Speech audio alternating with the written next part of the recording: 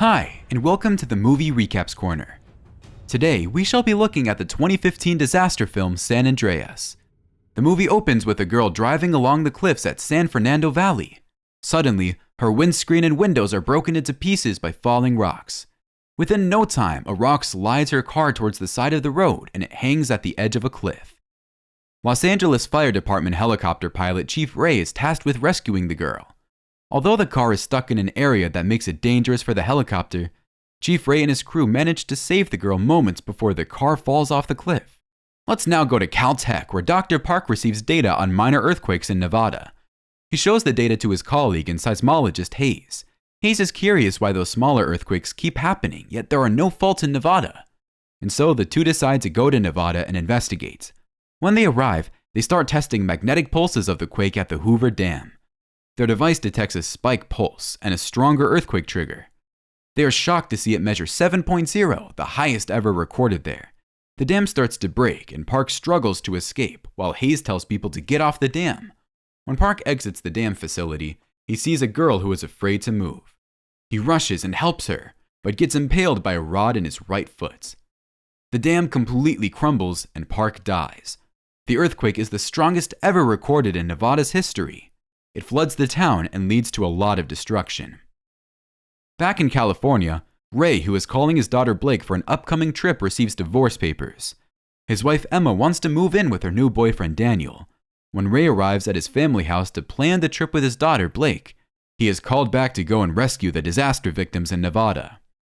Back in Caltech, a reporter named Serena interviews Hayes about the Nevada earthquake. He reveals that they did not know there was a fault line in Nevada, and that is why they were unable to predict the earthquake. One of his colleagues interrupts him and presents data that shows the pulse rates detected along the San Andreas Fault. Immediately, Hayes predicts that San Andreas is likely to experience its worst earthquake ever. In Los Angeles, Ray's ex-wife is having lunch with her new boyfriend's sister in a high-rise restaurant. Ray calls her to apologize for his actions the other day. Their conversation is interrupted by a strong earthquake. As Emma tells Ray about the earthquake, he simultaneously notices the freeway crumbling. He instructs her to go to the roof, and he heads back to save her. Emma barely makes it to the roof as the structures all around her are crumbling. She emerges from the rumble miraculously, and Ray arrives just in time to save her. They escape as the surrounding structures collapse. The whole city is completely devastated as the first earthquake peaks 9.1. Meanwhile, a guy called Ben is undergoing an interview in San Francisco, accompanied by his brother Ollie. While waiting for the interview, he meets with Blake, Ray's daughter, who encourages him to be confident. After the interview, Blake writes her number on Ollie's book for Ben to call her. Blake then leaves with Daniel, her mom's new boyfriend.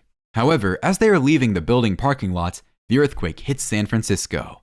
They successfully escape, but the ceiling collapses and traps them. The debris crushes the car and traps Blake's leg. Daniel leaves the car and goes to seek help. As he watches, debris falls and kills a security guard near him. This freaks him out, and he flees in terror instead of saving Blake. Fortunately, Ben and Ollie come to her rescue. They use the jack to lift the debris and pop the car tires to lower the car and save her. The trio then gets out of the building as the earthquake's aftershock continues. They decide to go to the electronics store and contact Ray, Blake's father. At the store, Blake calls her parent and informs them that she is okay and that Daniel left her trapped in a car. This makes Emma angry that her new boyfriend would do that to her daughter, and she leaves him a nasty message on voicemail. Ray tells Blake to get out immediately and go to the Coit Tower as a rendezvous where he will come to save her. As this is happening, Hayes warns people through the news coverage.